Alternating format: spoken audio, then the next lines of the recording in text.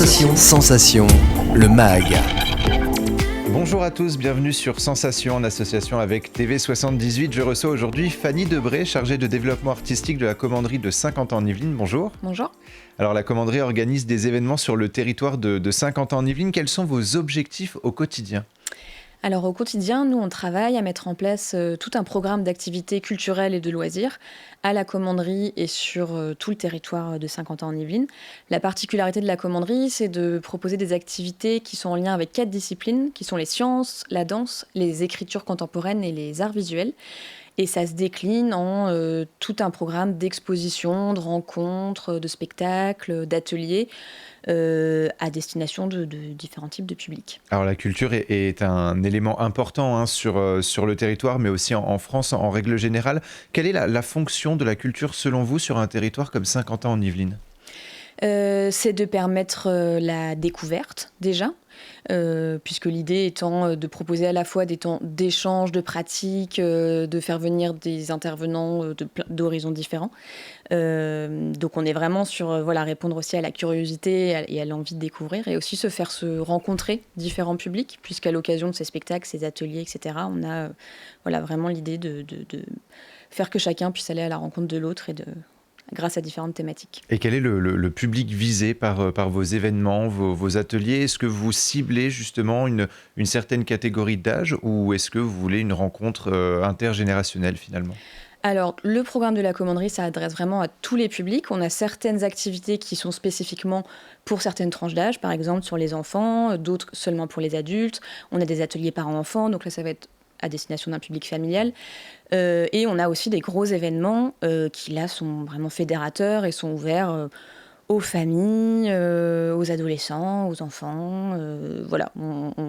Chacun, pour tous les âges, peuvent y trouver de quoi satisfaire sa curiosité. Et alors, le week-end du 9 et 10 avril, vous organisez l'événement Avril, on danse hip-hop. Quel est l'intérêt de cet événement et pourquoi l'étaler sur 2 journées ? Alors l'intérêt de cet événement, nous, on souhaitait montrer dans cet événement toute la créativité et la diversité de cette esthétique, qui est la danse hip-hop. Et en plus, Saint-Quentin-en-Yvelines, c'est vraiment un territoire où, dans les années 80 notamment, et encore aujourd'hui, la danse hip-hop a été très active, avec notamment la compagnie Black Blamper qui était présente sur le territoire, qui est une des premières compagnies à avoir présenté des spectacles de hip-hop en France et à l'international, et qui a formé plein de gens sur le territoire. Et encore aujourd'hui, Saint-Quentin-en-Yvelines réunit un bon nombre d'associations qui forment des danseurs et qui participent à toute la dynamique de cette danse. Donc il y a un aspect finalement presque historique aussi à travers cet événement ? Tout à fait. Et plusieurs spectacles et ateliers seront donc organisés. Le 9 avril, on commence à 20h30 avec une soirée partagée hip-hop au féminin. Quel est le programme de cette soirée et qui seront les 2 artistes présentes ? Donc, les 2 artistes présentes vont être Nash avec le spectacle Cellule et Mélina Boubetra avec le spectacle Intro. Donc, c'est 2 jeunes chorégraphes qui ont des parcours différents et qui sont en train de présenter leur création un peu partout en France. Nash, elle vient du crump, qui est un style dans les danses urbaines qu'on connaît parfois un peu moins. C'est vraiment la plus jeune des danses urbaines, qui est née à Los Angeles dans les années 2000. C'est une danse très très énergique, très expressive, assez revendicatrice aussi à la base. Et Nash, elle vient de là, mais elle y mêle plein d'influences diverses. Et Cellule, donc il y a vraiment cette empreinte crump qui est très présente, et c'est sous la forme d'un autoportrait dansé. Voilà pour Cellule. Et pour Intro de Mélina Boubetra, on est sur un trio de 3 danseuses. Mélina Boubetra, elle a été repérée dans les battles, donc elle vient vraiment de cet univers-là. Et elle, c'est comme Nash, c'est ce qui est vraiment intéressant chez ces 2 chorégraphes, c'est qu'elles ont ensuite été influencées par plein d'autres danses et plein d'autres styles, ce qui fait que leur danse est vraiment très, très riche et très créatrice. Et donc c'est à découvrir le 9 avril.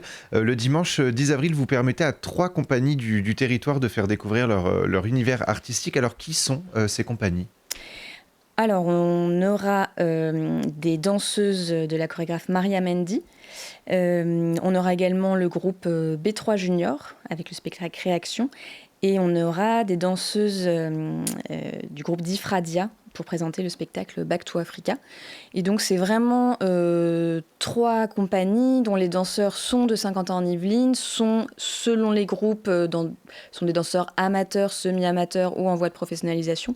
Et nous, à travers cet événement, on voulait vraiment montrer aussi la couleur de la danse hip-hop sur le territoire, donner la possibilité aux associations de Saint-Quentin-en-Yvelines de montrer leur travail. Ce sera des choses soit en cours, soit déjà montrées, mais l'idée c'était vraiment ça, c'était que le public voit que sur le territoire c'est une valorisation finalement du hip-hop et de comment le hip-hop rayonne sur le territoire, oui, finalement. tout à fait. Et le samedi et le dimanche, des workshops danse sont également organisés. En quoi ça consiste, ces workshops danse? Alors ces workshops, ils vont s'adresser à des danseurs qui ont déjà un certain niveau de danse. Les 3 workshops ciblent 3 styles différents, puisqu'en danse hip-hop, il y a une grande diversité de styles. Et là, chaque intervenant est vraiment spécialisé dans ces styles. Donc là, les 3 styles sont top rock, new style et jazz rock. Et donc c'est l'occasion pour des danseurs amateurs, mais en tout cas qui ont une bonne pratique de la danse, un niveau assez avancé, d'aller un peu plus loin dans certains styles ou d'enrichir leur danse par la découverte et l'exploration d'un nouveau style. Donc c'était vraiment ça, permettre aux danseurs de se former, d'aller un peu plus loin dans leur pratique et de l'enrichir. Et 2 masterclass seront également proposées de 10h à 13h sur les 2 journées. Les spectateurs pourront échanger avec les artistes. Pourquoi il vous semble important de créer un échange finalement entre les artistes et le public? Donc là, à l'occasion de ces masterclass, on retrouve les 2 chorégraphes du samedi soir, donc Nash et Mélina Boubetra. Et ça s'adresse aussi à des danseurs qui ont déjà une pratique de la danse.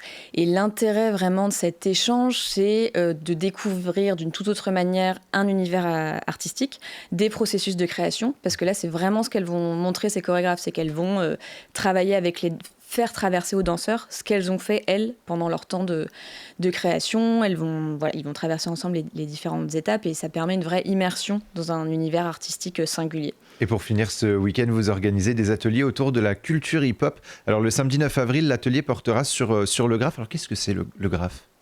Alors le graphe, c'est une des disciplines de la culture hip-hop, puisque là on est centré sur la danse, mais que dans la culture hip-hop, il y a aussi d'autres disciplines. Et nous, ça nous semblait important, même si la thématique est bien la danse hip-hop, mais qui est aussi cette ouverture et peut-être donner un peu le goût d'aller voir plus loin et, en donnant à voir d'autres de ces disciplines, de cette culture. Et donc cet atelier, il s'adresse aux 11-17 ans. Ça va durer 3 heures et l'idée c'est que les participants vont être à la fois sur la conception de la fresque et ensuite sur une initiation au graphe, donc qui est vraiment une technique particulière avec l'utilisation de bombes, etc. Donc ils vont vraiment travailler sur la conception d'une fresque de A à Z, du dessin jusqu'à ensuite le graphe sur une grande fresque en extérieur, voilà. Et le dimanche, c'est un atelier slam. Alors, même question, en quoi consiste cet atelier ? Alors là, on va être sur un atelier d'écriture qui est ouvert à tous dès 15 ans, donc plutôt ados, adultes. Et là, l'idée, ça va être d'être accompagné et d'amener chacun à travailler à l'écriture de texte. Donc c'est une forme assez libre, le slam, mais l'intervenant va vraiment guider dans cette écriture.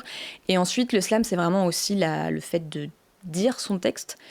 Et de donner une scansion à ce texte. Et donc, les participants pourront aussi expérimenter cette phase-là, le fait de dire à haute voix son texte devant un public. Alors, tout ça se passera du coup les 9 et 10 avril. Sur votre site internet, vous avez lancé un appel à destination des grands-parents. Vous avez mis en place un projet qui s'appelle Petits et Grands. Les grands-parents peuvent rejoindre le projet avec un de leurs petits-enfants. Pouvez-vous nous en dire un peu plus sur ce projet ? Alors ce projet, il est porté par la chorégraphe Doria Bélanger. Doria Bélanger, on travaille avec elle toute cette saison. Donc c'est une artiste qui est en résidence à Saint-Quentin-en-Yvelines. Donc ça veut dire qu'on accueille plusieurs de ses propositions, qu'elle va, elle, travailler à la commanderie sur ses spectacles et aussi qu'elle propose plusieurs projets à destination de différents publics sur toute l'année. Petits et Grands, ça fait partie de ces projets. Elle, ça lui tenait à cœur d'avoir une proposition intergénérationnelle. Elle travaille beaucoup sur la vidéo et elle fait beaucoup de portraits vidéo sur l'idée étant de qu'est-ce que le mouvement raconte de nous.